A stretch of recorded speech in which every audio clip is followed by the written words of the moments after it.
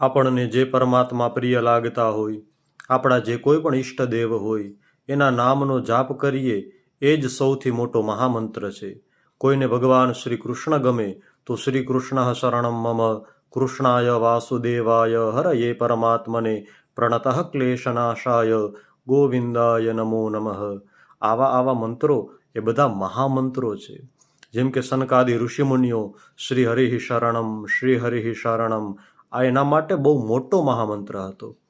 પછી ભગવાન શિવની આરાધના કરવાવાળા ઓમ નમઃ શિવાય, ઓમ નમઃ શિવાય, રામને પોતાનો ઈષ્ટ માનવાવાળા શ્રી રામ જય જય રામ, કુળદેવીના મંત્રનો જાપ કરવાવાળા, હનુમાન ચાલીસાનો પાઠ કરવાવાળા, તમને જે ગમે એ ઈષ્ટનું માત્ર તમે નામ બોલો તો પણ એ મહામંત્ર છે.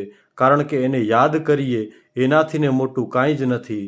આ ભક્તિશાસ્ત્ર છે અને ભક્તિ પીઠિકા એ આપણને શીખડાવે છે કે ભગવાનને આપણે યાદ કરીએ તો ભગવાન આપણને યાદ કરે.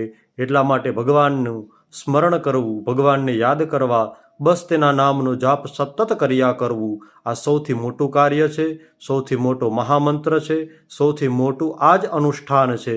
જીવનભર આપણે જે કાંઈ પણ કરીએ, જે કાંઈ પણ રસોઈ કરતા હોય, જે કોઈ પણ જગ્યાએ વાહન લઈને જતા હોય, ત્યાં રસ્તામાં કાંઈ જ ન વિચારીએ, માત્ર ભગવાનના નામનું સ્મરણ કરતા જઈએ.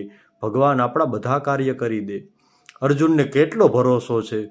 એક અક્ષોહિણી સેના છે, નારાયણી સેના, એ ભલે વહી જાય દુર્યોધનના પક્ષમાં, નિહત્થા, શસ્ત્ર પણ નહીં ઉપાડે તો પણ મારે કૃષ્ણ જોઈ છે.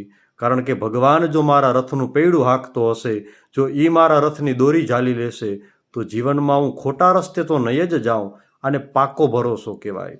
હનુમાનજીએ કીધું કે એક પથ્થરમાં રા લખો, બીજામાં મ લખો, એટલે પથ્થર ભેગા જ થઈ જશે.